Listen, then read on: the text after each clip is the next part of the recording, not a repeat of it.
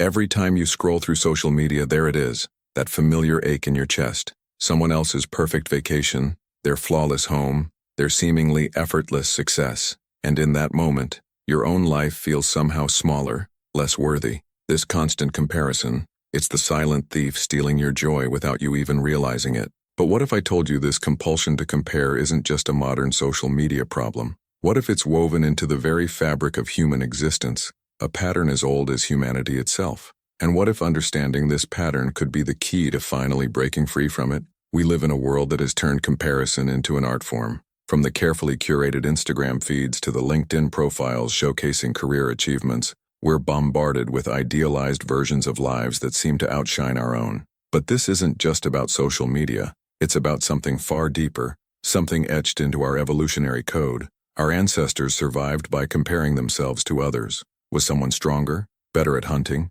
more skilled at gathering? These comparisons weren't idle curiosity. They were survival mechanisms. The ability to assess where you stood in relation to your tribe meant the difference between life and death. Those who could accurately compare their abilities to others could adapt, learn, and ultimately survive to pass on their genes. But here's the painful irony. The very mechanism that once helped us survive now threatens our ability to truly live. We're applying Stone Age thinking to a digital age existence, and it's tearing us apart from the inside. Think about it. When was the last time you felt truly content with where you are in life, without that nagging voice whispering that you should be further along, more successful, more attractive, more accomplished? When was the last time you celebrated your own journey without measuring it against someone else's? The Greek philosopher Epictetus once said, "Wealth consists not in having great possessions, but in having few wants." Yet we live in a culture that constantly expands our wants, dangling before us an endless parade of things we don't have but supposedly need.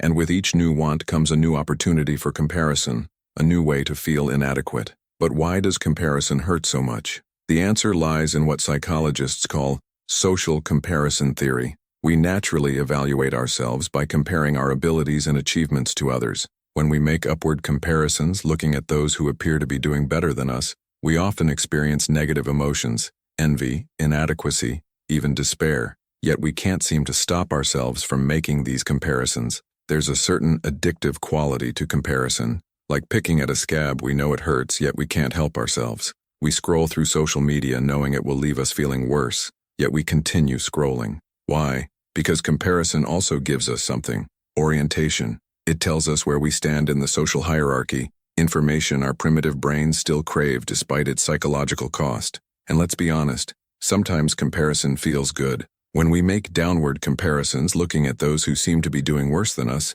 we experience a boost in self-esteem. At least I'm not like that, we think, gaining a momentary sense of superiority. But this feeling is as hollow as it is fleeting, a false elevation built on the diminishment of others. The truth is, comparison is a losing game. It's a race with no finish line, a thirst that can never be quenched. Because even when you win, when you achieve something that puts you ahead of others, there will always be new benchmarks, new people to compare yourself to, new ways to feel insufficient. Consider this. What if the very premise of comparison is flawed? What if comparing your journey to someone else's is like comparing apples to stars, fundamentally nonsensical? Your life, with its unique constellation of experiences, challenges, privileges, and limitations, is incomparable. Your path is yours alone, shaped by forces visible and invisible, chosen and unchosen. We're all climbing different mountains, facing different winds. Some of us started at the base, others halfway up, some with equipment, others with bare hands.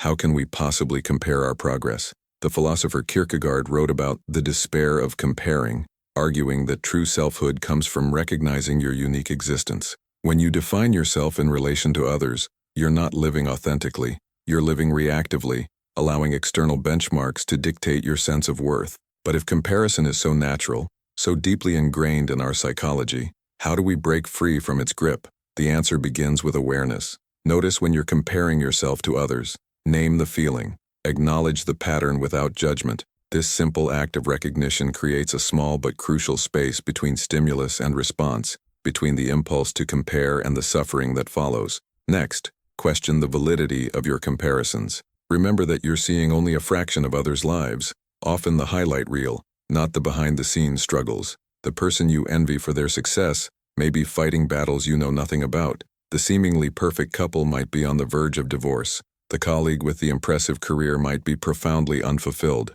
As Theodore Roosevelt wisely noted, comparison is the thief of joy. When you compare yourself to others, you're often comparing your behind the scenes to their highlight reel. It's not just unfair, it's inaccurate. But awareness and questioning are just the beginning. The deeper work lies in cultivating genuine self-acceptance, not as a static destination but as an ongoing practice. Self-acceptance doesn't mean stagnation or complacency. It doesn't mean giving up on growth or improvement. Rather, it means embracing your current reality as the only possible starting point for any meaningful change. Think of self-acceptance as the soil from which growth emerges. Without acceptance of where you are, how can you authentically move forward? When you're constantly rejecting your present state, constantly wishing you were somewhere else, someone else, you fracture your energy and attention. You can't fully invest in your own journey because you're too busy longing for someone else's. There's a beautiful paradox here. True transformation becomes possible only when you accept yourself as you are. When you stop wasting energy on comparison and self-rejection, you free up that energy for authentic growth and change. The psychiatrist Carl Jung put it this way: the acceptance of oneself is the essence of the whole moral problem, and the epitome of a whole outlook on life. In other words, self-acceptance isn't just a psychological nicety, it's a fundamental ethical stance, a way of being in the world that honors your unique existence. But self-acceptance isn't something you achieve once and for all. It's a muscle you strengthen through daily practice. Each time you catch yourself in the comparison trap and gently redirect your attention to your own journey, you're building that muscle. Each time you choose gratitude for what you have rather than fixation on what you lack, you're building that muscle. Each time you celebrate another success without diminishing your own worth, you're building that muscle. Consider this: what if comparison isn't inherently bad? What if the problem isn't comparison itself but the way we use it? What if we could transform comparison from a source of suffering into a tool for growth? Healthy comparison means looking to others for inspiration rather than validation. It means saying, their achievement shows what's possible, not, their achievement proves my inadequacy. It means using others' success as evidence of human potential, not as a benchmark for your worth. The philosopher Alain de Botton suggests that envy, often the bitter fruit of comparison, can actually be useful if we see it as information. When you feel envious of someone, ask yourself, what specifically am I envious of? What does this reveal about my values and desires? This approach turns envy from a dead end into a doorway, a portal to self-understanding. There's a concept in Zen Buddhism called beginner's mind, the practice of approaching each moment with curiosity and openness, without preconceptions. When you bring beginner's mind to your self-perception, you free yourself from the tyranny of comparison. Instead of seeing yourself through the distorting lens of how you stack up against others, you can see yourself clearly, as you are. Imagine living this way, fully present to your own experience, neither inflating nor diminishing your worth based on external benchmarks. Imagine the freedom of defining success on your own terms, of celebrating your unique journey without the constant shadow of comparison. This isn't about ignoring reality or pretending that social hierarchies don't exist. It's about recognizing that while those hierarchies may affect your external circumstances, they need not determine your internal sense of worth. It's about claiming the freedom to define yourself from within, rather than allowing yourself to be defined from without. The spiritual teacher Ram Dass once said, "Be here now." In the context of self-acceptance, this means being fully present to your life as it is, not as you wish it were, not as it compares to others, but as it actually is, in this moment. There's a profound liberation in this presence, a dropping away of the constant striving to be somewhere else, someone else. But what about ambition? What about the desire to improve, to grow, to achieve? Doesn't self-acceptance undermine these healthy drives? Not at all. In fact, true ambition rooted in authentic desire rather than insecurity, can only flourish in the soil of self-acceptance. When you accept yourself as you are, you can pursue growth from a place of wholeness rather than lack. You can aim high not because you're trying to prove your worth, but because you're expressing your essence. The psychologist Carl Rogers distinguished between conditional and unconditional positive regard. Conditional regard says, I'll accept myself when I achieve X. Unconditional regard says, I accept myself now as I am, and from this place of acceptance I choose to grow toward X. The difference is subtle but profound. One approach ties your worth to achievement. The other recognizes your inherent worth regardless of achievement. This distinction isn't just philosophical, it has practical implications. When your self-acceptance is conditional, failure becomes devastating because it threatens your very sense of self. But when your self-acceptance is unconditional, failure becomes information, valuable feedback that helps you adjust your approach without undermining your worth. The Stoic philosopher Seneca advised, "Be content with what you have. Rejoice in the way things are. When you realize there is nothing lacking, the whole world belongs to you." This isn't complacency, it's freedom. When you're no longer driven by the insatiable hunger of comparison, you can act from a place of genuine choice rather than compulsion. Think of it this way. Comparison is like trying to drive while constantly looking in the rearview mirror at the cars behind you or straining to see the cars ahead. You're so focused on where you stand relative to others that you miss the actual journey, the landscape passing by, the feeling of the road beneath you, the sky above. Self-acceptance, on the other hand, is like keeping your eyes on your own path. You're aware of others, but your primary focus is on your journey, where you're going, why you're going there, how it feels to be moving in that direction. There's a groundedness to this approach, a presence that isn't possible when you're constantly looking elsewhere. So how do we cultivate this self-acceptance? How do we break free from the comparison trap? First, practice awareness. Notice when you're falling into comparison. What triggers it? How does it feel in your body? When you catch yourself comparing, don't judge or criticize.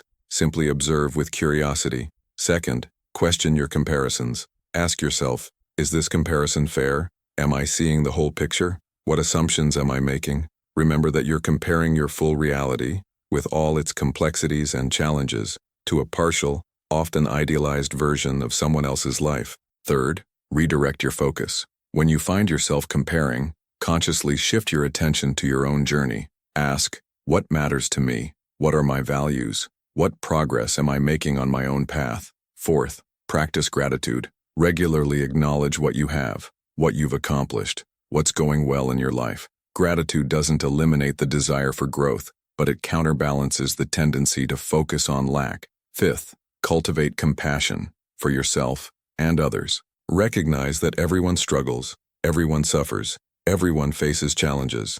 This universal human experience connects us far more deeply than any differences in achievement or circumstance. Sixth, redefine success. Move away from external, comparative measures of success toward internal, personal ones.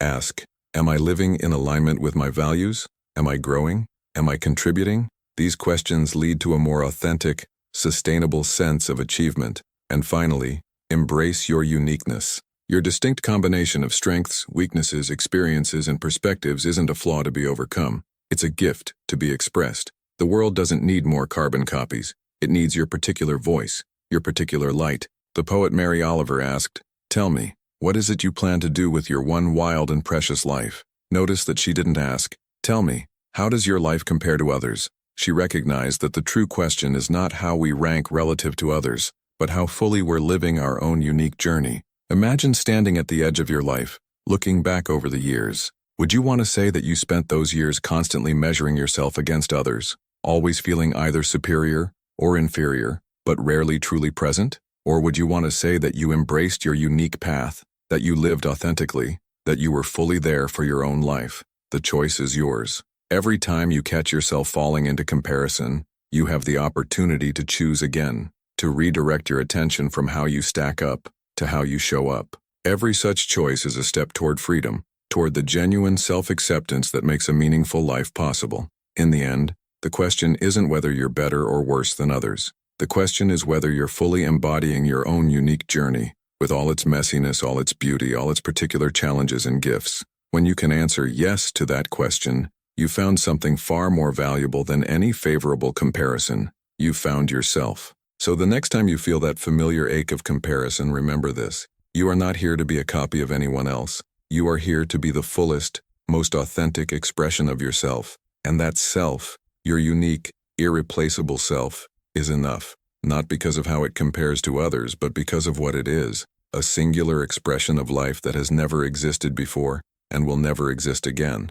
Your worth isn't relative, it's absolute. And once you truly understand that, comparison loses its power. In its place grows something far more beautiful, the freedom to be fully, authentically yourself. If you found value in this reflection, please consider hitting the like button and subscribing to our channel for more philosophical explorations of life's most profound questions. Remember, the journey to self-acceptance is ongoing. Let's walk it together.